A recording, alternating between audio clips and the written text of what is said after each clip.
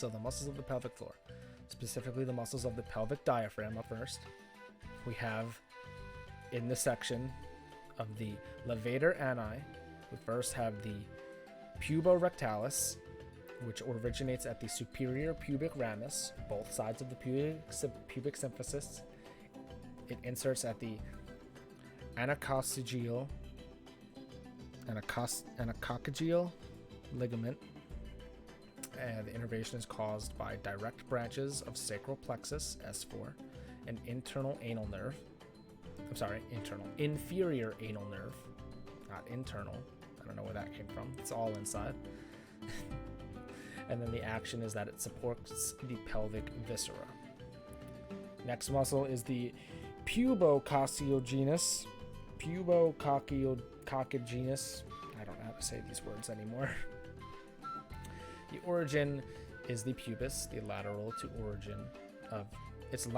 origin of the puborectalis. The insertion is the anacoccygeal ligament in the coccyx. I can't talk. Coccyx. Innervation is caused by direct branches of the sacral plexus, coming from S4, and the inferior anal nerve. The action is that it supports the pelvic viscera as well. And then we have the iliococcygeus.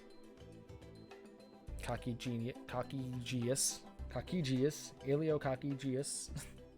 It originates from the internal obturator fascia of levator ani, the tendinous arch.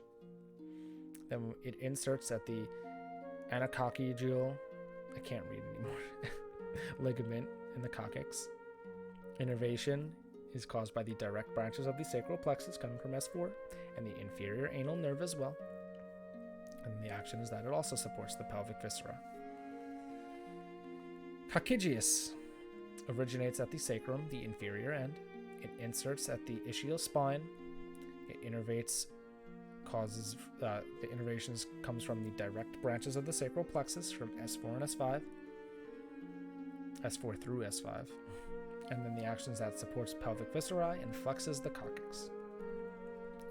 Oh, okay. Muscles of the pelvic wall. Here we go. Excuse me. These two are both considered muscles of the hip, so I'm not going to go over them again. But it's the piriformis and the obturator internus. But they're within. They might be categorized in the pelvic wall as well, or they're involved there as well, but they're in the hip. So I'll do it. The piriformis originates at the sacrum, the pelvic surface. Oh, because it's different. Okay, it's okay. So the piriformis for the pelvic wall originates at the sacrum, the pelvic surface. Inserts at the femur, the apex of the greater trochanter. Innervation is caused by direct branches of the sacral plexus from S1 and S2, and the action is hip joint.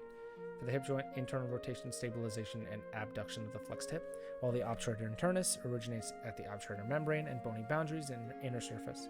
Insertion of the femur, greater trochanter, and medial surface. Innervation is caused by direct branches of the sacral plexus, L5 to S1, and actions for the hip joint is external rotation and abduction of the flexed hip. Okay, we're up in the face now, in the head. Let's go. This is people love the head, dude. Okay. All right, what are we at time-wise? We got 2 hours. We just crossed the 2-hour threshold. We have 13 pages left. All right, we're fine. Everything's cool. Okay. So,